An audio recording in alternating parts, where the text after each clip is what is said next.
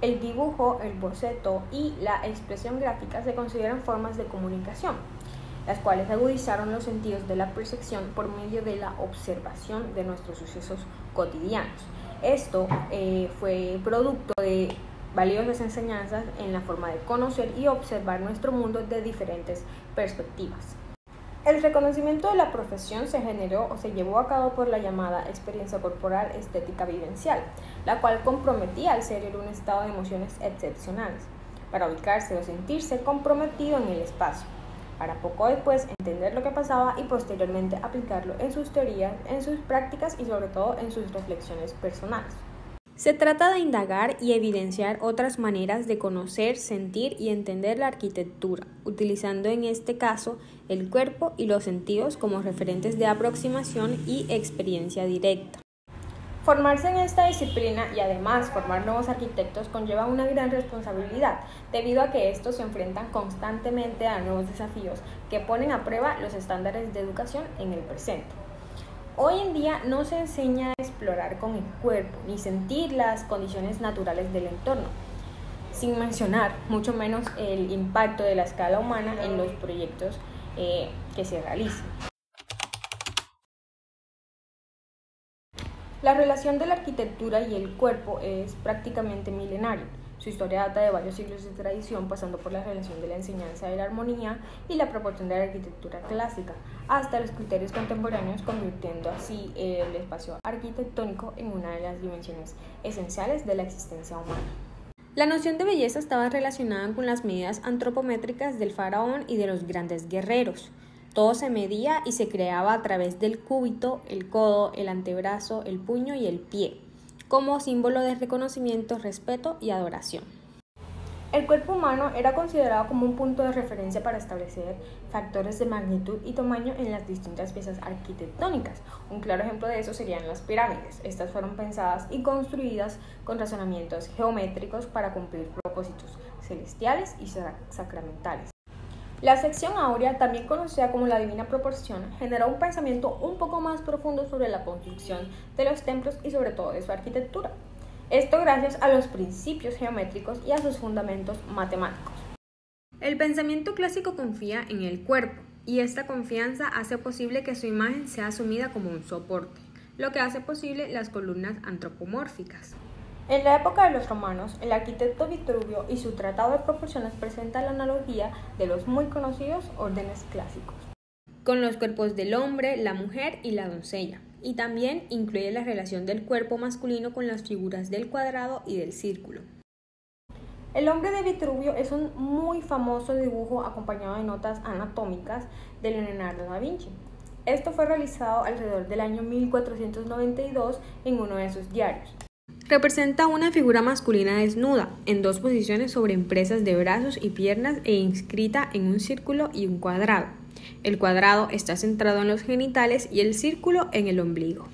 Para Vitruvio, el cuerpo humano estaba dividido en dos mitades de los órganos sexuales, mientras que el ombligo determina la sección áurea. Posteriormente, en la modernidad se destacan aportes y reflexiones que hace el arquitecto maestro Le Corbusier, y sobre todo su invención con el modulor. Un sistema de medidas matemáticas progresivo, en el que cada magnitud se relaciona proporcionalmente con las demás, aplicando los principios de proporción o sección áurea con las medidas del cuerpo humano. El modulor de Le Corbusier, al tener su mano levantada, propicia una extensión de su cuerpo para albergar unas relaciones más cercanas entre las dimensiones del hombre y las alturas de los espacios arquitectónicos.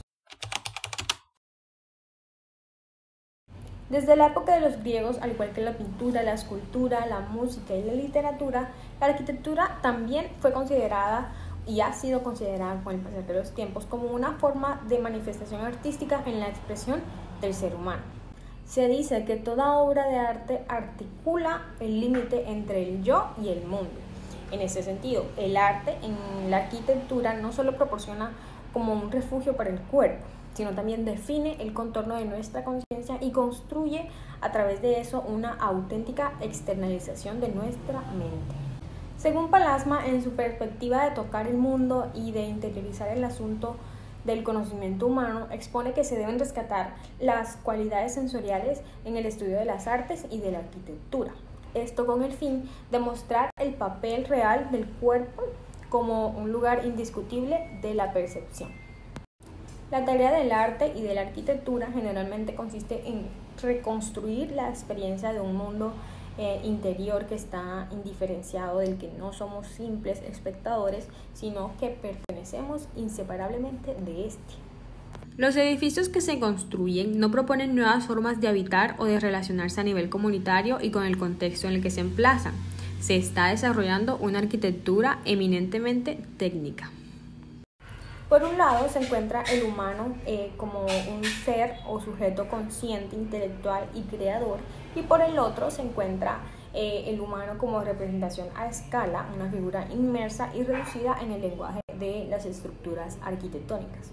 Esto es un ejercicio de interpretación y dialéctica que entrelaza ambos sentidos existenciales, donde el hombre arquitecto y creador se compromete con el otro hombre y al mismo tiempo el cuerpo del hombre es la inspiración y el devenir del otro.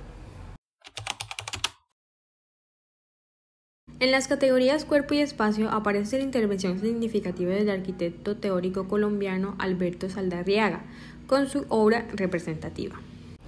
La arquitectura como experiencia se podría considerar que es una manifestación sensible del conocimiento y la trayectoria personal que permite comprender las vivencias y los procesos mentales que animan a la creatividad de la arquitectura. Esto sucede a partir del contacto con la experiencia y con la sensibilidad del cuerpo. Tal y como lo plantea Saldarriaga, perderse en el presente es una expresión cargada de sentido poético. Quien se pierde en el presente al vivir una experiencia, bien sea en la música, en el juego, en la belleza, en el goce, incluso en el silencio, está absorto en el momento, es decir, que lo vive plenamente. Cabe mencionar que la experiencia de la arquitectura es una parte integral del sentido de habitar y por lo tanto de la existencia de los seres humanos. Asimismo, se incorporan los pensamientos y la filosofía humanista del arquitecto modernista Le Corbusier en algunos de sus ensayos, mensajes transmitidos a sus discípulos y profesionales.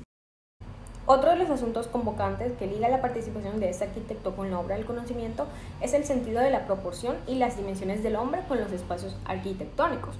Su incursión con el modulor es un claro ejemplo de este caso. Sin embargo, otros autores que ya se han mencionado anteriormente insisten en que el conocimiento del cuerpo en el mundo trasciende de las fronteras de la vista y su capacidad de la perspectiva. La vida cotidiana que hay en los sujetos contemporáneos constituye un campo de experiencias preciosas que nutren de materia prima a la aproximación del conocimiento y entendimiento de una disciplina como lo es la arquitectura. El espacio como una dimensión existencial y como relación entre el hombre y el entorno que lo rodea han sido con el paso del tiempo olvidado. En la actualidad existen muchas dificultades y vacíos en el conocimiento que se imparte y se practica por parte de los distintos orientadores sobre la noción de los espacios y los principios de la arquitectura. Son utilizados problemas funcionales, técnicos, estéticos, comunicativos, comerciales y hasta normativos, desplazando así los valores sensitivos, sensoriales y existenciales propios de su personalidad y de su comportamiento. La educación de la arquitectura, al igual que otros programas de pregrado profesional, se agudiza cada vez más debido a que existe y prevalece aún en nuestro medio el conocido modelo conductista. La educación tiene que servir para vivir mejor, para encontrar salidas y alternativas en el mundo de lo humano y de su cotidianidad. Debe servir para tener una dignidad, una mejor dignidad, un mejor autoestima y sobre todo una mejor calidad de vida. También sirve para entender mejor el mundo y poder gozar de este. Al momento de abordar una idea o un planteamiento de arquitectura desde la representación gráfica, se utilizan diferentes vistas o proyecciones con el fin de dar a entender la forma, espacio, los detalles y las cualidades técnicas y constructivas. Se genera como que una evidencia de la postura en las formas tridimensionales, ya que estas muestran de una mejor manera lo que es la perspectiva del espacio y de lo que es la percepción de este. En este sentido se genera de que lo que es la producción en planta es un elemento que también nos permite generar algún tipo de modulación en lo que vendrá siendo en la representación arquitectónica, teniendo en cuenta de que aquí se vive generar un proceso de ajuste corrección en el cual la persona encargada de generar la idea construye una serie de elementos que conformarán la expresión gráfica del objeto arquitectónico. Esto se trata de la representación de la escala humana para lo que es el manejo del boceto y la planimetría bidimensional. Este ejercicio corporal busca es generar las áreas útiles de una edificación y las áreas residuales, las áreas que generan como un factor fundamental o como una pauta para agrupar la composición, o aquellas áreas que simplemente no son tenidas en cuenta como en un foco principal en lo que es la propuesta de la representación arquitectónica.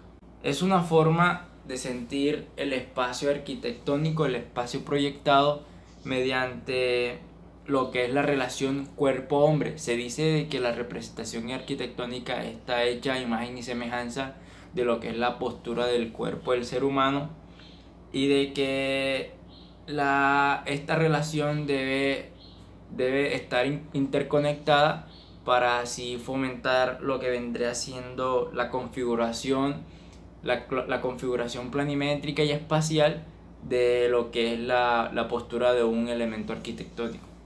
En esta sensación de estar aquí y estar allá, que deja exactamente por un minuto para relacionar lo que pasa en el espacio y lo que pasa en la vida de los sujetos representados ahí.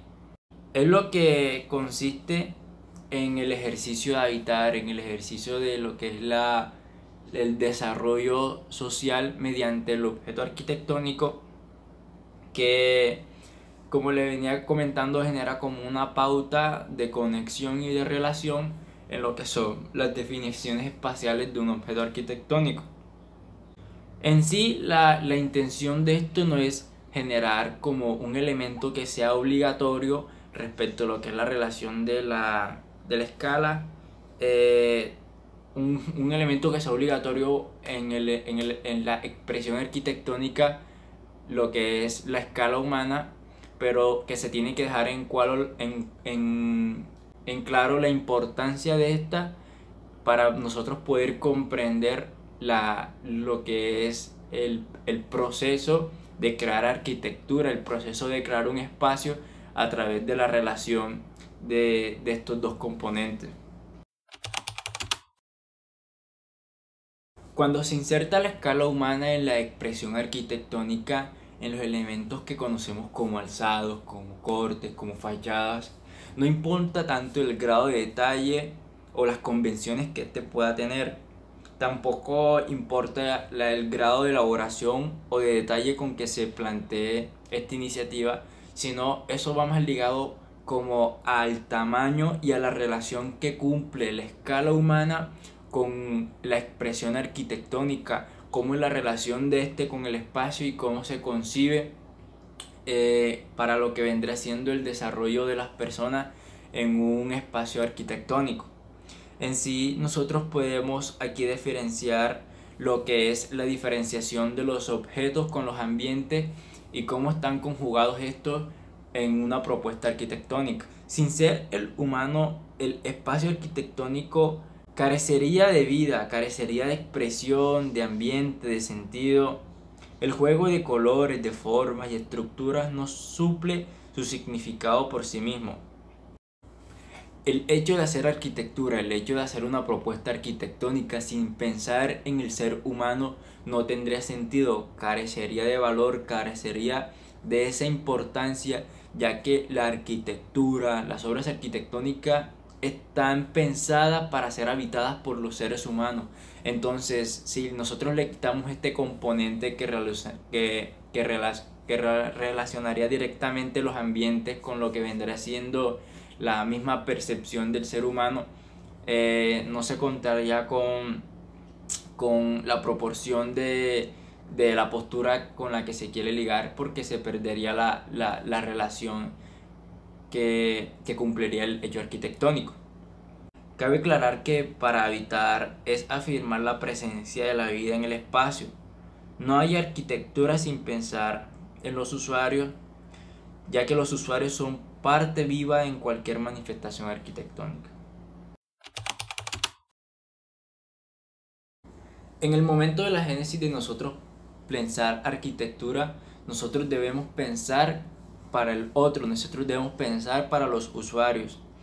La forma de habitar, la forma de ver, la forma de percibir un espacio, la forma de desarrollarnos como personas en el espacio arquitectónico permite resolver una problemática directamente desde nuestra perspectiva como creador o desde una perspectiva como usuario, como cliente, en la que nosotros tenemos que tener en cuenta lo que son las relaciones proyectuales a través de lo que son las experiencias de los usuarios y sus métodos de vida. ¿Qué significa diseñar para otro? Diseñar para otro es pensar según sus oportunidades, según sus necesidades, según sus delimitaciones, según cómo son los estilos de vida de los usuarios. Entonces, aquí cabe ser conscientes y generar un desarrollo de lo que vendrá siendo eficacia y eficiencia. ¿Qué tan eficaz es una obra de arquitectura y qué tan eficiente es para los usuarios? Cómo son los métodos de vida dentro de un edificio y dejando lo mejor de sí en lo que vendrá siendo el desarrollo del ejercicio proyectual. El conocimiento estético y artístico, sumado a lo que es la percepción e intuición espacial, se combina con el actuar ético, cívico y ciudadano para lograr un servicio social de calidad y honestidad. Se diseña de manera reflexiva en un elemento arquitectónico, se tienen que pensar una serie de elementos como son el habitar, el confort, los elementos climáticos, el aprovechamiento de la topografía, las visuales. Nosotros como arquitectos debemos brindar o vender una experiencia en lo que son las relaciones espaciales, la seguridad, que una persona se sienta segura en una configuración arquitectónica. Y me quedo con una frase que decía el documento de que nosotros construimos nuestros propios mundos, que nosotros vivimos en nuestras propias metáforas, en nuestros paisajes naturales, y que en sí los elementos arquitectónicos generan una relación de lo que es el paisaje con nosotros y nosotros con el paisaje, como esa conectividad.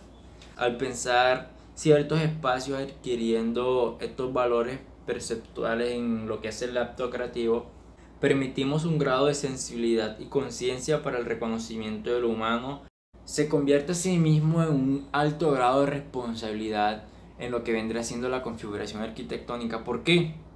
Porque nosotros tenemos que entender que un ser que va a habitar ese edificio, un ser que siente, un ser que recorre, un ser que se desarrolla, y que al mismo tiempo nosotros tenemos de que brindar un sentido crítico no solo en los acontecimientos que vivimos en el presente, sino acontecimientos que se puedan presentar en el futuro, cómo puede afectar el hecho arquitectónico y cómo eso puede afectar en sí a sus usuarios, cómo puede afectar sus intereses y cómo serían los métodos de hábitat en lo que vendrá siendo la conjugación y el desarrollo en un espacio arquitectónico.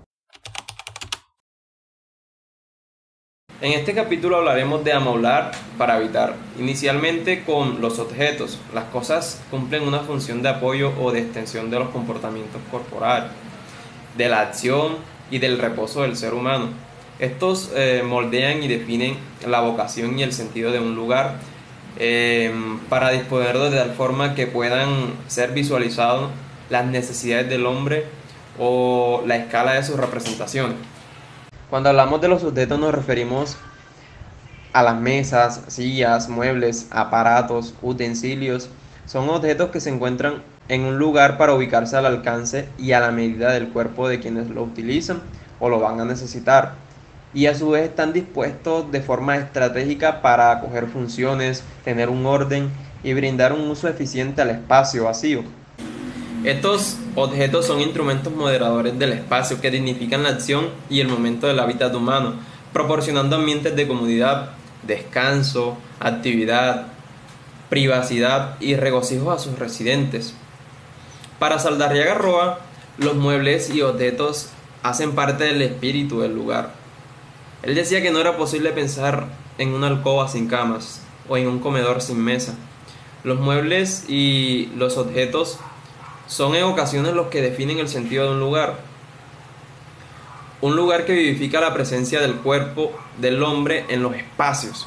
El sentido dado por el habitante a su vivienda en cualquier situación humana hace parte de la dimensión sensible de la experiencia del mundo material.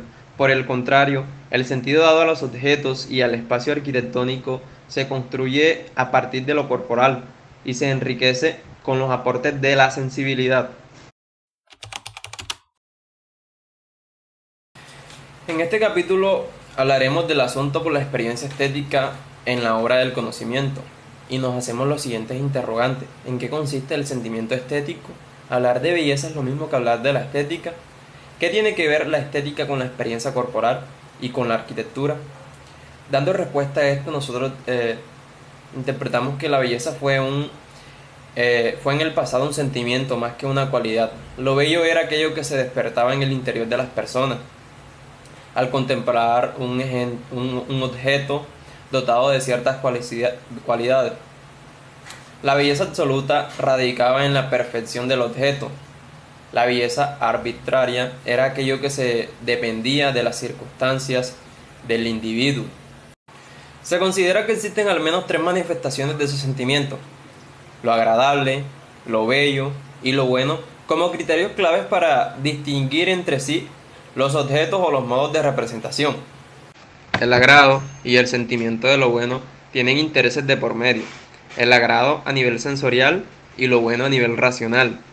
Interpretar la belleza de una obra de arte significa captar ese objeto sin sus estructuras, sin sus conceptos, simplemente deteniéndose en la armonía, el sentimiento de ésta con la persona. Este es un efecto interpretativo que en la comprensión pasa por una situación de interpretación. Es una experiencia individual reconocida íntimamente por quien percibe la obra. Las reglas de oro de la arquitectura, la proporción áurea por ejemplo, han intentado dar a los recintos las medidas perfectas de acuerdo con la armonía del universo. Hay espacios a escala humana como también desproporcionados. El asunto no es la cantidad, en este caso es la calidad. Estar bien en un lugar es una señal de proporción adecuada. En esto incide, además de las cualidades del espacio, el carácter de la persona como tal. Las dimensiones y proporciones del cuerpo humano influyen en la proporción de los objetos que manejamos, en la altura y en la distancia donde situar los objetos que intentamos alcanzar, así como en las dimensiones del mobiliario que utilizamos para sentarnos, para trabajar, para comer o en su caso, para dormir. En el estudio del espacio y la comprensión de sus dimensiones, la ergonomía, al igual que la antropometría, participa en el escenario constructivo que anticipa al cuerpo como un modelo dinamizador del análisis y de reflexiones. Este es un campo específico del conocimiento que ha centrado sus intereses en los factores humanos. El ajuste entre la forma y dimensiones de un espacio y las dimensiones corporales propias puede ser de tipo estático, como cuando nos sentamos en una silla, nos apoyamos en una baranda o nos acomodamos en un rincón de una habitación.